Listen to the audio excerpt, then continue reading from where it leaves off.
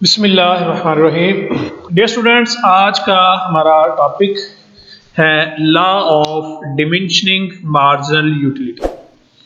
तो ये जो पूरा क्वेश्चन है ये बनेगा, इसमें सबसे पहले हम लोग डिस्कस करेंगे इसकी डेफिनेशन, फिर इसके अजम्पशंस हम पढ़ेंगे, उसके बाद इसका टेबल और इसकी डायग्राम हम बना के देखेंगे, उसके बाद लिमिटेशंस इसके हम देखेंगे, उसके बाद आखिर पे हम इसकी इंपॉर्टेंस पढ़ेंगे। तो चलिए शुरू करते हैं। और शुरू करने से पहले अगर आपने हमारा चैनल सब्सक्राइब नहीं किया तो बड़ा मेहरबानी इसको सब्सक्राइब करें, लाइक करें, शेयर करें, दोस्तों को बताएं। तो सबसे पहले आज हम जो law of diminishing marginal utility पढ़ रहे हैं, इसमें हम पढ़ेंगे इंट्रोडक्शन। देखते हैं सबसे पहले ये लॉ सबसे पहले जो प्रपोज किया था, जो इसका इन्वेंटर है या जिसको बनाने वाला है वो प्रोफेसर गोसन थे। तो लेकिन इसको डिटेल से डिस्कस किया प्रोफेसर अल्फ्रेड मार्शल ने अपनी बुक प्रिंसिपल ऑफ इकोनॉमिक्स में, जो 1890 में पब्लिश हुई। The law of diminishing marginal utility is universal in character. ये अपनी खसूसियत में यूनिवर्सल है, यानी इसका टाइम, स्पेस, जगह, नस्ल, कौम, मजहब से कोई ताल्लुक नहीं है। ये दुनिया के तमाम इंसानों के साथ एक जैसा ही ये रवैया होता है, इसको एक जैसी ही मसला है सब दुनिया के इंसानों के साथ कि उनकी मार्जिनल यूटिलिटी कम होती रहती है जैसे जैसे वो इस चीज़ को यूज़ करते हैं। तो ये रूल सब जगह अप्लाई होता है, पाकिस्तान में भी, इंडिया में भी, हिंदुस्तान में भी, अमेरिका में भी, यूके में भी, यानी दुनिया में हर जगह ही हर बंदे के साथ यही रूल अप्लाई होगा।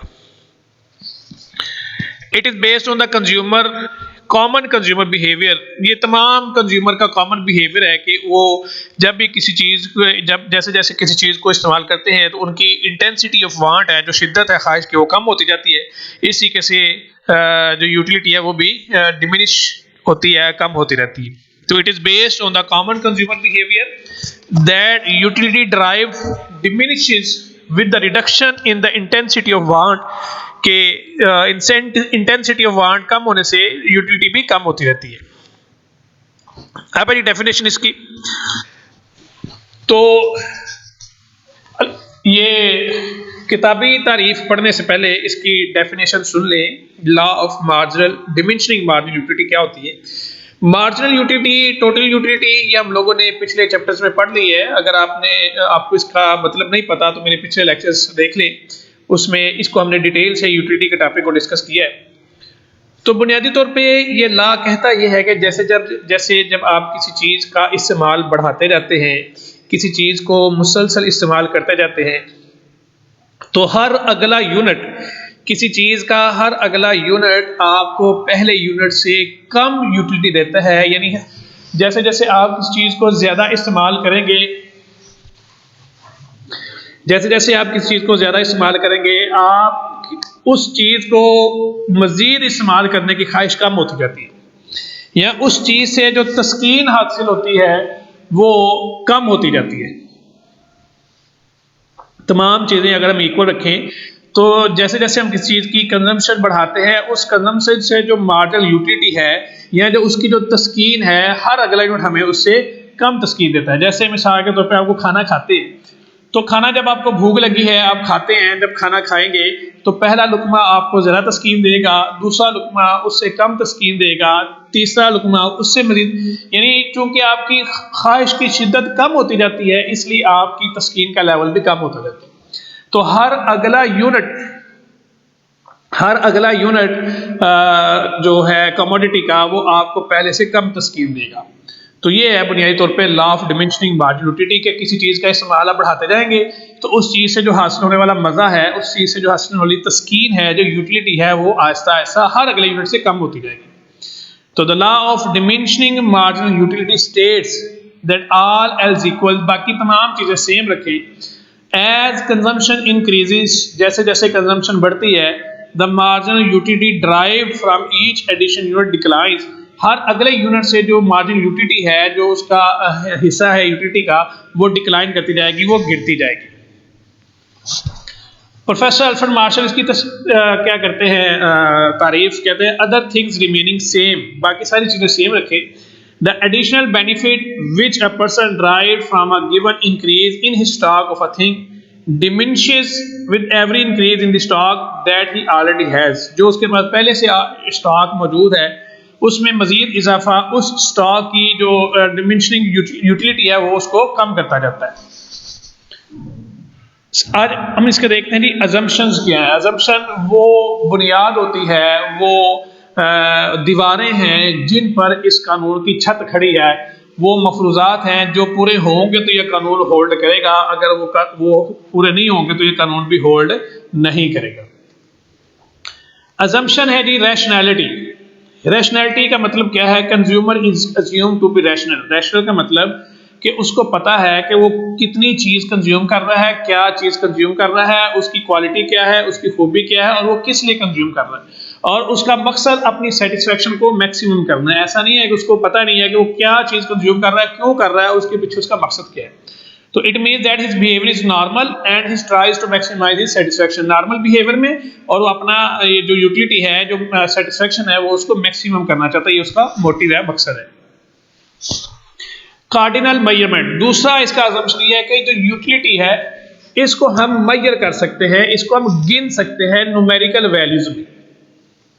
ये ला अज्यूम करता है कि जो यूटिलिटी है, जो तस्कीन है, इसको हम गिनती में, नंबरों में गिन सकते हैं। मिसाल के तौर पे आपने एक बाउल चावलों का खाया है तो आप ये कह सकते हैं कि चावलों का बाउल खाने से मुझे 15 मजे आए हैं या 10 मजे आए हैं। ये 5 लेवल की तस्कीन, यानी यूटिल्स में हम इसको माप सकते हैं, इसको गिन सकते हैं। जिस तरह आप कह सकते हैं जी मैंने पाव चावल खाए हैं या आधा किलो चावल खाए हैं या मैंने जनाब अली 3 रोटियां खाई। जिस तरह आप रोटियों की मिकदार को गिन रहे हैं, इस तरीके से उन रोटियों से या उन पानी के गिलासों से जो तस्कीन होती है उसको भी गिन सकते हैं। इसको हम कहते हैं कार्डिनल मेजरमेंट, यानी हम यूटिलिटी को नंबरों में मेजर कर सकते हैं, माप सकते हैं।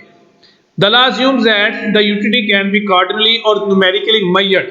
Hence, mathematical operations are easily possible to know and compare the utility derived from each unit of commodity. तो ये हमने जो अपना पिछला लेक्चर था जिसमें हम कार्डिनल यूटिलिटी अप्रोच डिस्कस की थी, उसमें हमने डिटेल से चीजें डिस्कस की थी कि हम उसको मेजर कर सकते हैं।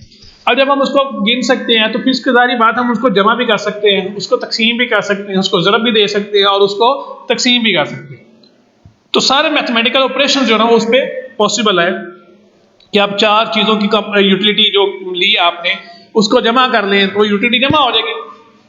यूटिलिटी को माइनस कर लें, मल्टीप्लाई कर लें, डिवाइड कर लें, तो सारे मैथमेटिकल ऑपरेशन उस पर हो सकते हैं। तो बुनियादी इसका जो है असम्पशन के यूटिलिटी को हम नंबरों में माप सकते हैं।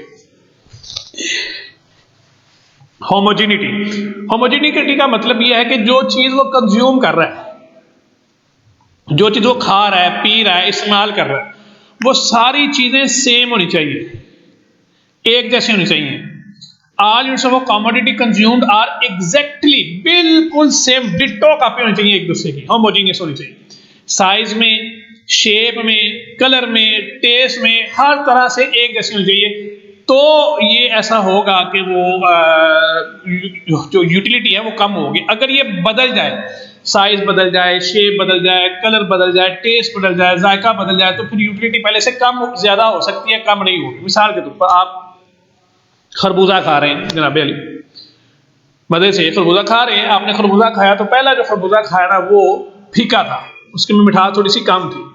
जब आप दूसरा खरबूजा खाने लगे हैं तो वो मीठा निकल आया, तो अब दूसरा खरबूजा खाने से आपकी यूटिलिटी कम होने की बजाय बढ़ गई। क्यों? क्योंकि अब उसका टेस्ट चेंज हो गया, उसका जायका चेंज हो गया।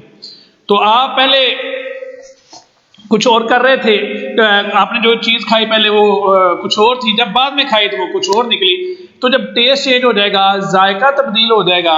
इसी तरह से पहले आपने छोटी कोई चीज़ चॉकलेट खाई है तो छोटी खाई है, उसके बाद आप चॉकलेट खा रहे हैं तो आपको बड़ी वाली मिली है और वो उसमें ज़्यादा जायका है या वो चेंज हो गई है, तो यूटिलिटी फिर उससे पहले से बढ़ सकती है।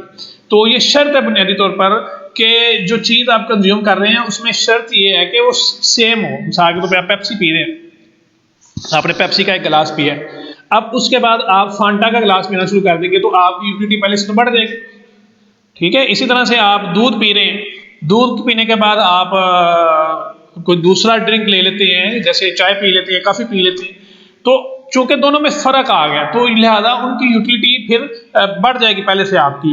तो इसलिए ज़रूरी है कि यूटिलिटी को कम होने के लिए ये होमोजीनिटी हो कि तमाम चीज़ें जो आप कंज्यूम करें जो मुख्तलिफ यूनिट्स वो साइज़ में, शेप में, रंग में, अपने टेस्ट जायके में सेम हो। अगर सेम नहीं होगी तो फिर यूटिलिटी पहले से ज़्यादा हो जाएगी, पहले से कम नहीं होगी।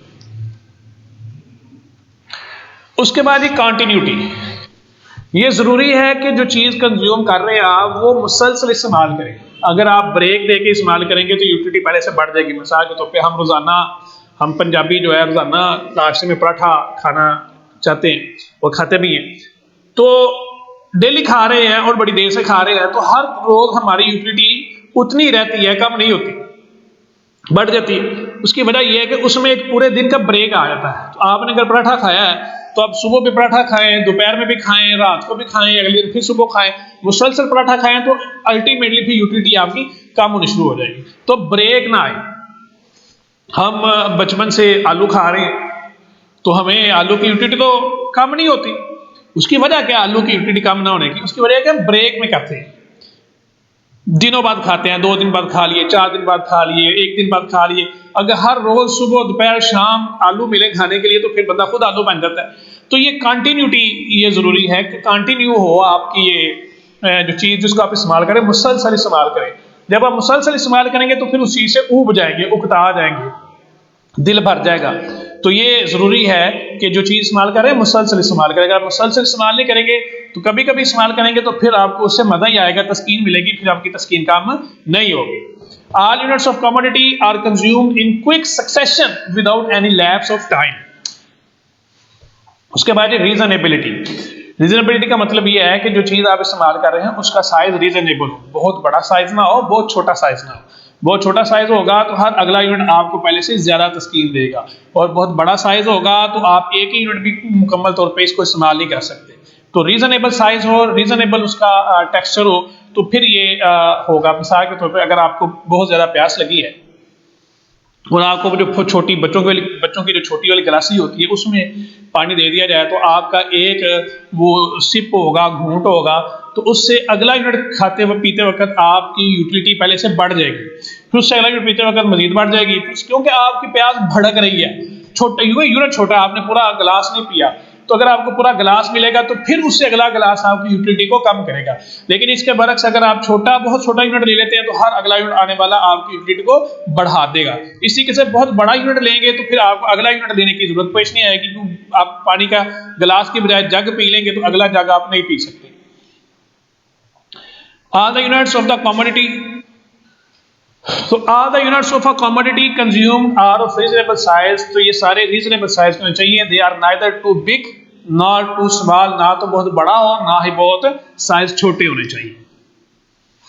कॉन्स्टेंसी, कॉन्स्टेंसी का मतलब यह है कि दूसरे तमाम जो रिलेटेड फैक्टर्स हैं वो सेम रहने चाहिए, उसमें किसी किस्म का कोई फर्क नहीं आना चाहिए। कौन से फैक्टर्स? जैसे टेस्ट है, आपका टेस्ट ही बदल जाता है, यानी आपका टेस्ट, पहले एक चीज आपको पसंद नहीं थी, अब आपको वो चीज पसंद आनी शुरू हो गई। पहले आपको आलू बैंगन नहीं पसंद थे, अब आपको आलू बैंगन पसंद है। पहले आप गोभी आलू गोभी नहीं खाते थे, अब आप खाना शुरू कर दिए, टेस्ट बदल गया। तो वो आपकी यूटिलिटी पहले से बढ़ सकती है। आपकी आदत बदल जाती है, चॉइसेस, लाइक्स, डिसलाइक्स बदल जाते हैं। आपको पहले पैंट शर्ट पहनना पसंद नहीं था, अब पसंद आ गया, अब जरूरत बन गई है, तो अब आप डेली भी पैंट शर्ट पहनेंगे तो आपकी यूटिलिटी में कमी नहीं आएगी। तो इस तरीके से ऐसी चीजें जो आपकी यूटिलिटी को इफेक्ट कर सकती है वो सेम रहे, फिर आप उस चीज को कंटिन्यूसली इस्तेमाल करेंगे तो आपका ये जो यूटिलिटी है कम होगी। तो आपकी हैबिट्स नहीं बदल जानी चाहिए, आपकी चॉइसेस नहीं बदलनी चाहिए इस चीज को इस्तेमाल करते करते। लाइक्स डिसलाइक्स नहीं बदलनी चाहिए। तो ये चीजें सेम रहनी चाहिए। अगर सेम रहेगी तो ये अल्लाह होल्ड करेगा, अदरवाइज अल्लाह होल्ड नहीं करेगा और यूटिलिटी आपकी पहले से बढ़ सकती है। The marginal utility of money is also assumed to be constant। जो यूटिलिटी ऑफ मनी है, ज़र की जो यूटिलिटी है उसको भी कांस्टेंट तस्वर किया गया है कि ये भी कांस्टेंट है, ये भी इंक्रीज या डिक्रीज नहीं होती। उसके बाद ये डिविजिबिलिटी, ये ला अज्यूम करता है कि जो चीज आप कंज्यूम करें वो डिविजिबल है, वो छोटी छोटी हिस्सों में डिवाइड हो सकती है और छोटा छोटा पोर्शन भी उसका कंज्यूम किया जा सकता है। जैसे पानी है और जग है तो जग को आप छोटे गिलास में कन्वर्ट कर सकते हैं, खाना है वो, लेकिन ऐसी चीजें जो डिविजिबल है, जैसे बाइक है, बाइक डिविजिबल नहीं है, यानी आप ये नहीं कह सकते कि आप सिर्फ उसका पहिया इस्तेमाल कर लें या उसका सिर्फ सीट इस्तेमाल कर लें या उसका सिर्फ हैंडल इस्तेमाल कर लें या हेडलाइट इस्तेमाल कर लें, नहीं, वो जब भी आप यूज करेंगे वो सारी की सारी यूज करनी पड़ेगी। तो उनकी अलग अलग पार्ट्स की फिर यूटिलिटी मापना जरा मुमकिन नहीं है। तो जब उसकी यूटिलिटी मापेंगे तो फिर पूरी गाड़ी की ही मापनी पड़ेगी। फ्रिज है, फ्रिज के छोटे छोटे यूनिट नहीं किए जा सकते। तो ऐसी चीजें जो मुख्तलिफ कम्बिनेशन में होती हैं उनको डिविजिबिलिटी उनमें नहीं होती। तो ये जरूरी है इस लॉ के लिए कि जो चीजें आप कंज्यूम कर रहे हैं उसको छोटे छोटे डिविजिबल चीजों में वो छोटे छोटे पार्ट्स में डिवाइड की जा सकती है। The law assumes that the commodity consumed by the consumer is divisible so that it can be acquired in small quantities. Single want, इसका मतलब यह है कि जो कमोडिटी है वो आपकी एक सिंगल वांट को ही पूरी कर सकती हो, एक ख्वाहिश को पूरी कर सकती हो, मल्टीपल ख्वाहिश को पूरा ना कर सकते हो। जैसे आप पानी पीते हैं तो इससे सिर्फ प्यास बुझती है, भूख नहीं मिटती। इससे सिर्फ प्यास बुझती है, भूख नहीं मिटती। खाना खाते हो तो इससे सिर्फ भूख मिटती है, प्यास नहीं बुझती। तो वो जो चीज कंज्यूम कर रहे हो वो सिंगल वांट को पूरा करेगी, वो मल्टीपल वांट को पूरा नहीं कर सकती। जब मल्टीपल वांट को पूरा करेगी तो फिर उसका इम्पैक्ट और आता है। A given commodity can satisfy a single want of a person. The law assumes an experience of a single want that is completely satiable at a given point of time. जी, अब हम आते हैं इसके limitations पे। Limitations का मतलब ये होता है कि कौन सी ऐसी चीजें हैं जिन पर ये रूल अप्लाई नहीं होता, law of diminishing marginal utility जिस पे अप्लाई नहीं होता, कि वो चीज मुसलसल इस्तेमाल करें, सारे अजम्पशंस भी पूरे हों, फिर भी ये यूटिलिटी जो ना वो बढ़ती जाती है, वो कम नहीं होती। तो सबसे पहली बात है कि हॉबीज। जो चीज हॉबीज है, जो चीज आपका शौक है, जो चीज आपका मशगल है, वो आप मुसलसल इस्तेमाल करते जाएंगे तो आप कभी भी उससे थकेंगे नहीं, उससे उकताएंगे नहीं, उससे यूटिलिटी जो ना वो कम नहीं होती। तो हॉबीज पे ये रूल अप्लाई नहीं होता। कोई भी हॉबी है, कलेक्टिंग ऑफ वेरियस स्टैम्प्स है, कॉइन्स है, rare paintings, music, reading, antiques, ठीक है, तो that law does not hold true because every addition increase in the stock gives more pleasure. This increase marginal utility, however this violate the assumption of homogeneity and continuity। तो homogeneity continuity क्योंकि ये assumption यहाँ पे violate हो जाता है, तो इसलिए ये हॉबीज में ये रूल अप्लाई नहीं होता। हॉबीज आपकी जो भी चीज हॉबी है, जो आपका मशगल है, जिसके करने में आपको मजा आता है, तो सारा दिन भी आप कर लेंगे, सरासरी आप उसको उसमें अपना टाइम लगा देंगे तो आपको उसमें मजा आएगा, आपको उसकी यूटिलिटी कम नहीं होगी। दूसरी चीज है जी माइजर। जो कंजूस आदमी है, जो चीजों को संभाल के रखता है, चीजों को कंज्यूम नहीं करता, तो माइजरी जब भी होगी, जहां भी माइजर होगा, कंजूस होगा, तो वो हर अगले यूनिट से ज्यादा खुशी महसूस करेगा बजाय के कम होने से। In the case of miser, every additional rupee gives him more and more satisfaction. The marginal utility of money tends to increase with an increase in stock of money.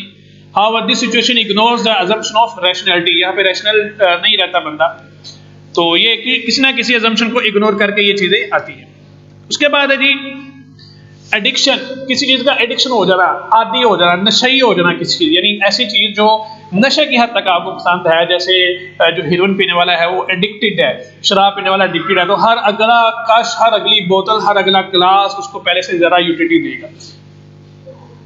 तो it is observed in the case of drunkard that the level of intoxication increases with every additional unit of liquor consumed. So marginal utility received by drunkard may increase. Actually, it is only an illusion.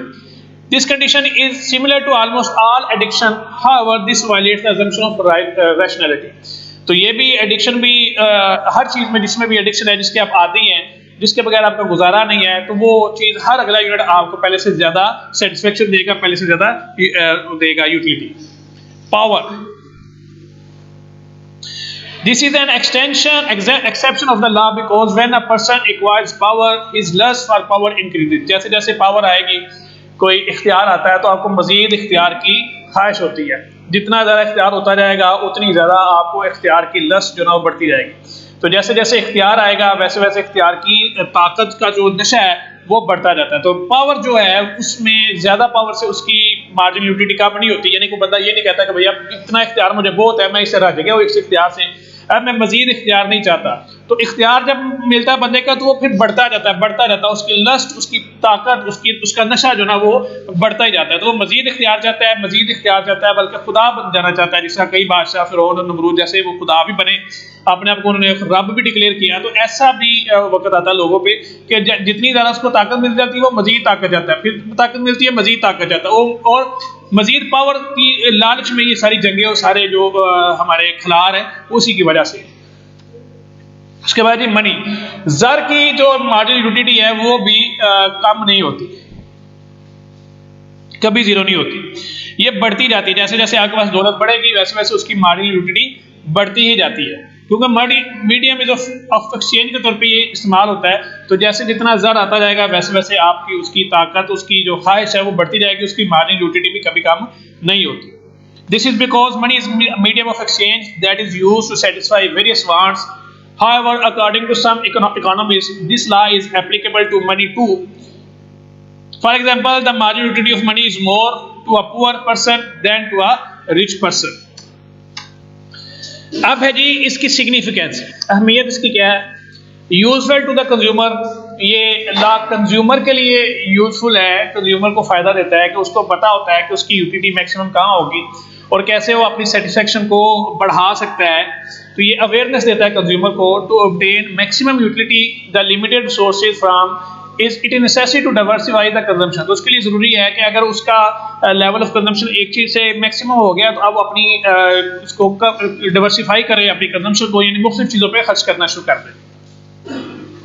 इसके बाद useful to the government, this law is useful to the government in framing various policies, मुख्तलिफ किस्म की policies, progressive tax policy है, trade policy है, pricing policy है कि कैसे आपने टैक्स कैसे बढ़ाना है, किस चीज़ की कीमत को कहाँ रखना है ताकि लोग उसको ज़्यादा से ज़्यादा कंज्यूम करेंगे, और ट्रेड कैसी, किन चीज़ों की ट्रेड करनी है, किन चीज़ों की ट्रेड नहीं करनी है, यानी मुख्तलिफ किस्म की पॉलिसीज बनाने में ये रूल जो है ना ये लॉ उसका मदद करता है। अब हम बात करेंगे इसकी टेबल और इसके डायग्राम पर, और हम इसको आसानी की खातिर एक्सेल पे इसका टेबल और इसका डायग्राम बनाएंगे, और इसके हम जो करेक्टरिस्टिक्स है, जो चीज़ें हैं वो हम लोग डिस्कस करेंगे। तो आए हम इसका टेबल बनाते हैं। तो हम सबसे पहले यहाँ लिख लेते हैं यूनिट ऑफ एक्स जो हम कंज्यूम कर रहे हैं, उसके बाद है जी मार्जिनल यूटिलिटी ऑफ एक्स, और यहाँ पे है जी टोटल यूटिलिटी ऑफ एक्स। तो हम एज्यूम करते हैं जी ये पहला यूनिट है, पहला यूनिट, दूसरा, तीसरा, चौथा, पांचवा, और ये छठा, और ये सातवां। और अब हम इसकी वैल्यूज पुट करेंगे तो आप देखेंगे कि इसकी वैल्यूज के साथ साथ इसका ग्राफ बनता जाएगा, तो आपको ज़रा उसका अंदाज़ा होता जाएगा कि ग्राफ किस लिहाज से बनता जा रहा है। पहला यूनिट है, पहले यूनिट से हमें यूटिलिटी मिलती है 10 के बराबर, और इससे पहले यूनिट से जो हमारी टोटल यूटिलिटी थी वो भी हो गई 10 के बराबर। दूसरे यूनिट से जो यूटिलिटी मिलती है वो यूटिलिटी अब कम होकर हो जाएगी 8, तो टोटल यूटिलिटी ये हो जाएगी 18। अब ये आपके सामने ग्राफ आ रहा है, ये जो ब्लू लाइन है ये वाली, ये मार्जिनल यूटिलिटी ऑफ एक्स को जाहिर कर रही है, और जो रेड वाली लाइन है वो आपकी टोटल यूटिलिटी ऑफ एक्स को जाहिर करती है। तो अब देखिए कि मार्जिनल यूटिलिटी कम हुई दूसरे पे, तो दूसरा यूनिट पहले को हमने मिलाया 10 से और दूसरे को हम मिला रहे हैं 8 से। तो इस तरीके से पहले को हमने 10 से मिलाया और दूसरे को हम मिला रहे हैं 18 से टोटल यूटिलिटी में। अब हम मजीद इसको कम करते हैं, ये हो गया 6, तो टोटल यूटिलिटी तीनों की मिला के हो जाएगी 24। ये मजीद कम होके हो गया 4, और ये बढ़ के हो गया 28। ये देखें जैसे जैसे ये हम वैल्यूज पुट करते जा रहे हैं वैसे वैसे ये ग्राफ जो ना वो बनता जा रहा है। तो मार्जिनल यूटिलिटी कम हो रही है और टोटल यूटिलिटी इंक्रीज कर रही है। ये मजीद कम होके 2 रह गया, और ये मजीद बढ़ के हो गया 30। मजीद कम होके 0 हो गया, और ये उतना ही रहेगा 30 हो गया। ये कम होके -2 हुआ, और ये कम होके अब 28 हो गया। तो अब हम जरा इनके वो चीज़ें देख लें, इनका जो स्ट्रक्चर है, जो इसका है फेज है, जो 3 फेजेज है वो हम उसको देख लें। पॉइंट नंबर 1 से लेके यूनिट नंबर 1 से लेके यूनिट नंबर 5 तक जो है ये वो वैल्यूज हैं जहां पे आपकी मार्जिनल यूटिलिटी कम हो रही है लेकिन आपकी टोटल यूटिलिटी बढ़ती जा रही है, जैसे इस लाइन से ये जाहिर है इस पॉइंट तक। पॉइंट नंबर 6-5 तक ये आपको पता है कि ये यूनिट बढ़ते जा रहे हैं। आपकी जो मार्जिनल यूटिलिटी है ये वाली लाइन ये आपकी पॉजिटिव है, ऑल दो ये गिर रही है, लेकिन इसके और इसके साथ ये वाला जो फेज है ये टोटल यूटिलिटी का जो कर्व है ये इंक्रीज हो रहा है। और यूनिट नंबर 6 पे यहाँ पे आपकी मार्जिनल यूटिलिटी बिल्कुल जीरो हो गई, ये यहाँ जीरो के बराबर हो गई, और इसी लिहाज से ये टोटल यूटिलिटी आपकी मैक्सिमम हो गई। तो इस पॉइंट पर मार्जिनल यूटिलिटी आपकी जीरो है और टोटल यूटिलिटी आपकी मैक्सिमम। आप देखेंगे इस पॉइंट के बाद ये अब गिरना शुरू हो गया, तो इसके बाद ये गिरना शुरू हो जाता है। ये वाला जो पॉइंट हमने हाईलाइट किया है, इसको ग्रीन से हाईलाइट किया, तो ये 3 फेजेस के बनती है। पहला फेज जब मार्जिनल यूटिलिटी आपकी इंक्रीज हो रही है लेकिन मार्जिनल यूटिलिटी आपकी डिक्रीज हो रही है लेकिन टोटल यूटिलिटी पॉजिटिव है। तो पहला जो रिलेशनशिप है इसका वो ये है कि शुरू में जब मार्जिनल यूटिलिटी कम होगी तो आपकी टोटल यूटिलिटी बढ़ेगी बट एट डिक्रीजिंग रेट। एक पॉइंट ऐसा आता है जिस पर मार्जिनल यूटिलिटी आपकी जीरो हो जाती है और टोटल यूटिलिटी आपकी मैक्सिमम हो जाती है। ऐसे पॉइंट जहां पे ये काम हो, जहां पे मार्जिनल यूटिलिटी आपकी जीरो हो जाए और टोटल यूटिलिटी आपकी मैक्सिमम हो जाए, उसको हम कहते हैं ये है पॉइंट ऑफ सैचुरेटी। इसको हम कहते हैं पॉइंट ऑफ सैचुरेटी, यानी एक ऐसा पॉइंट है जहां पे आपकी ख्वाहिश पूरी हो गई है, अब मजीद चीज को कंज्यूम करने की ख्वाहिश नहीं रही तो इसको हम कहते हैं पॉइंट ऑफ सैचुरेटी। ये ऐसा पॉइंट जहां पे आपकी मार्जिनल यूटिलिटी जीरो हो जाए और टोटल यूटिलिटी मैक्सिमम हो जाए। उसके बाद थर्ड फेज शुरू हो जाता है जहां पे आपकी मार्जिनल यूटिलिटी नेगेटिव होना शुरू हो जाती है, और जहां मार्जिनल यूटिलिटी नेगेटिव होना शुरू हो जाए उसको हम कहते हैं डिसयूटिलिटी।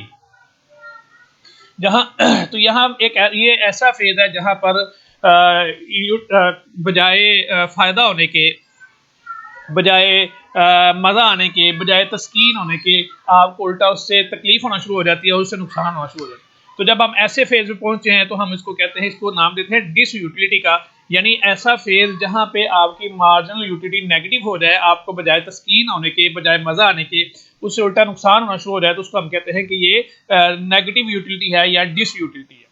तो ये बहरहाल इसका डायग्राम था। इसको आप कॉपी पे बनाएंगे तो ये बिल्कुल सेम ऐसी ही शेप बनेगी और इसी तरह से ये इसकी इकट्ठी ये शक्ल बनेगी। और ये छठे यूनिट पे इसकी यूटिलिटी मार्जिन यूटिलिटी जीरो है और टोटल यूटिलिटी इसकी मैक्सिमम है। छठे के बाद सातवें पे जाएंगे तो मार्जिनल यूटिलिटी आप देख रहे हैं कि नेगेटिव में चली गई है और यहाँ पे टोटल यूटिलिटी भी डिक्लाइन की तरफ जाना शुरू हो गई। तो ये था हमारा आज का टॉपिक, ये इसकी डायग्राम और ये इसका टेबल और इसकी डायग्राम।